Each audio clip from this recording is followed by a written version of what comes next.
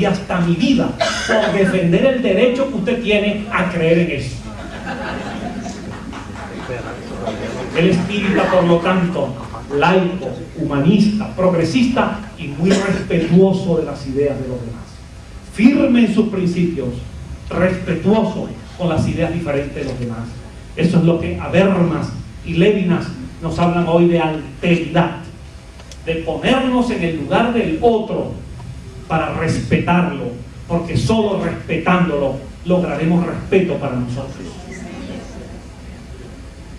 Mis queridos amigos, una última cosa les digo, y sucumbo a la tentación de alargarme unos minutos más. Una última cosa. Nos han dicho nuestros compañeros espíritas de la otra acera en la misma avenida, nos han dicho que en la cepa queremos votar a Jesús del espiritismo.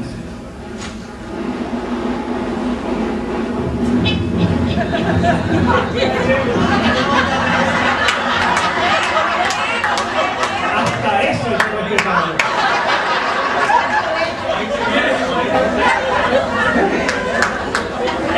No voy a anunciar que Cristo viene con esa fantasía. Nos han dicho que queremos excluir a Jesús del espiritismo. En portugués dicen, queren tirar a Jesús do espiritismo. Y lo dicen con frecuencia, se lo dicen a Milton Medrano y a Yací, no sé si está por allí, Yací Reyes. A Yací se lo han dicho tantas veces y a tantos otros. A mí me ha tocado una parte también. Y es la hora de decirlo y de reiterarlo y de repetirlo. ¿De cuál Jesús hablamos? Allí está la cuestión. ¿Es el Jesús lleno de mitos? ¿Jesús colocado simplemente como un taumaturgo, hacedor de milagros y de eventos sobrenaturales? Ese no es nuestro Jesús. No lo queremos excluir, es que no está con nosotros ese Jesús. Esa no es nuestra idea de Jesús. El Jesús fluídico, que nunca tuvo cuerpo físico porque fue un agénere, ese no ha sido el concepto nuestro de Jesús.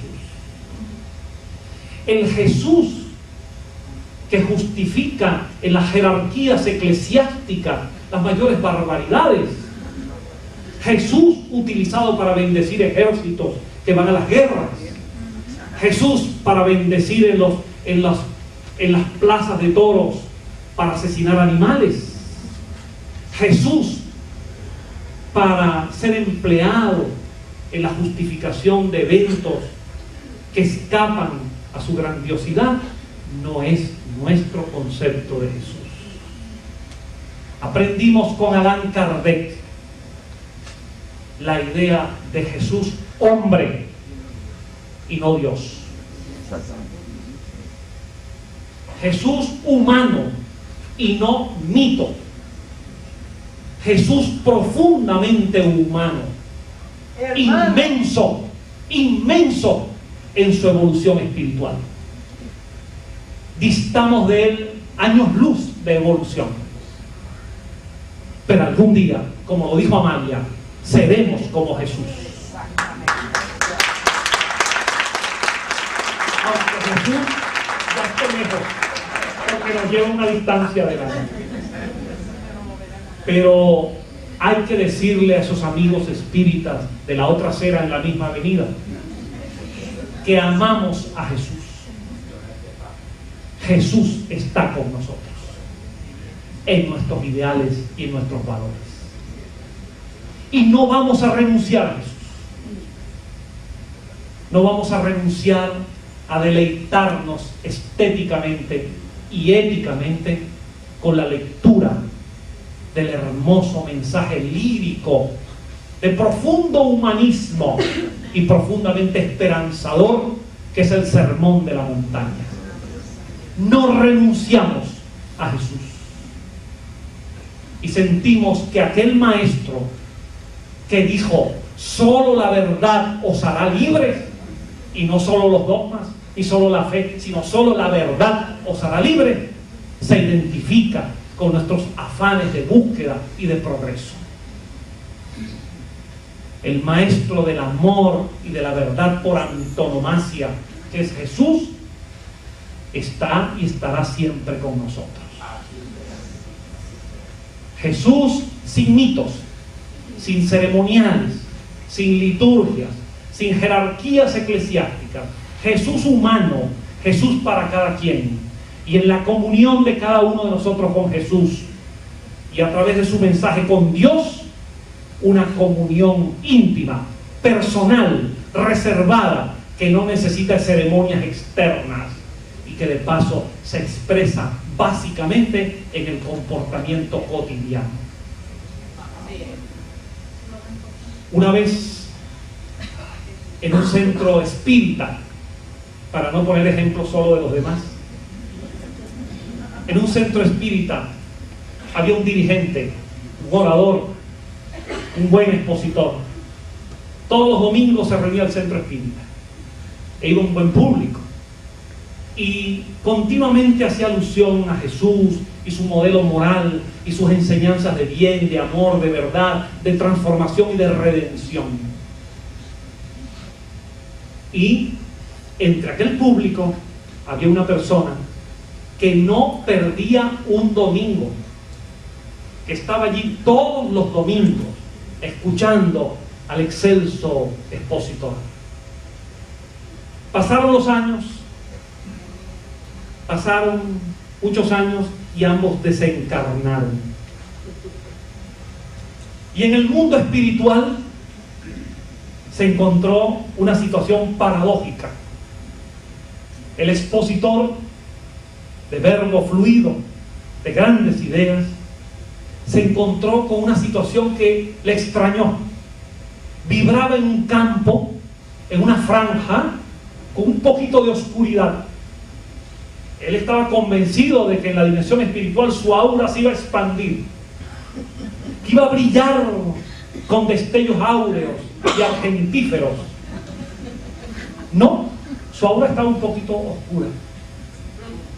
Y de repente observa a la distancia en su cuerpo periespiritual al espíritu de aquel señor que no perdía un domingo, que nunca habló en el centro espírita, que nunca se destacó y tenía un aura que se proyectaba con una luminosidad extraordinaria.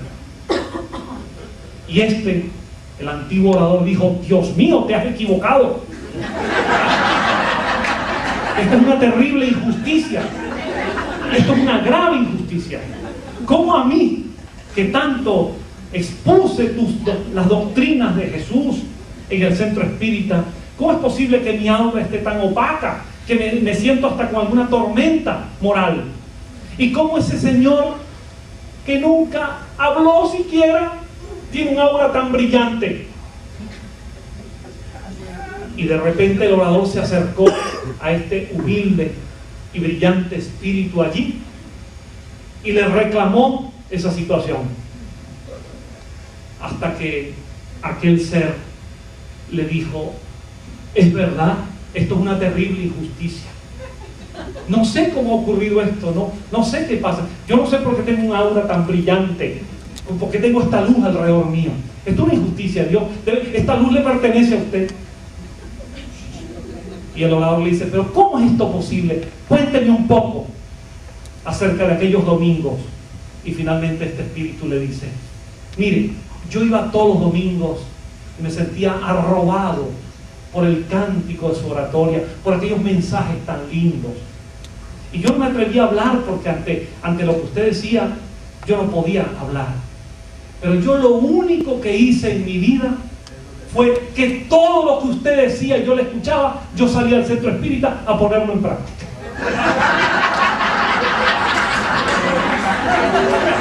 Era lo único que hice.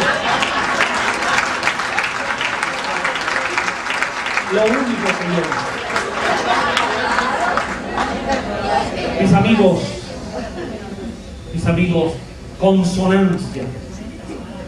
Es parte del humanismo espírita y es parte de esa visión ética de Jesús, como la de todos los grandes maestros de la espiritualidad, de antes de Jesús y de después de Jesús, porque todas las fuentes son extraordinarias. Ética en el hacer, en congruencia con la ética en el decir. Que nuestros pensamientos encuentren en las palabras auténticas embajadoras, que expresen la realidad y no diplomáticamente las tergiversen. Que nuestros sentimientos y nuestras palabras con nuestros pensamientos se traduzcan en obras concretas al servicio del prójimo, con acciones positivas, sin pedir a nadie el carnet espírita, sin pedir a nadie identificación, por el afán de servir al prójimo, por la inmensa satisfacción que se obtiene al servir. Eso lo dijo muy bien Rabindranath Tagore, que anoche cité en el Colegio Universitario Católico. Tagore, a quien yo recomiendo leer permanentemente en las instituciones espíritas. Tagore fue el que escribió el himno nacional de la India. Tagore fue el poeta de la gente sencilla de Bengala. Recibió el premio Nobel de la literatura. Y una vez le preguntaron a Tagore qué era la espiritualidad para él. Y fue a la orilla del río y escribió un poema. Y en la primera estrofa del poema, en versos libres, dice Tagore: yo creía que la vida era solamente alegría, y entonces descubrí que en servir está la verdadera alegría. El servicio es la verdadera alegría.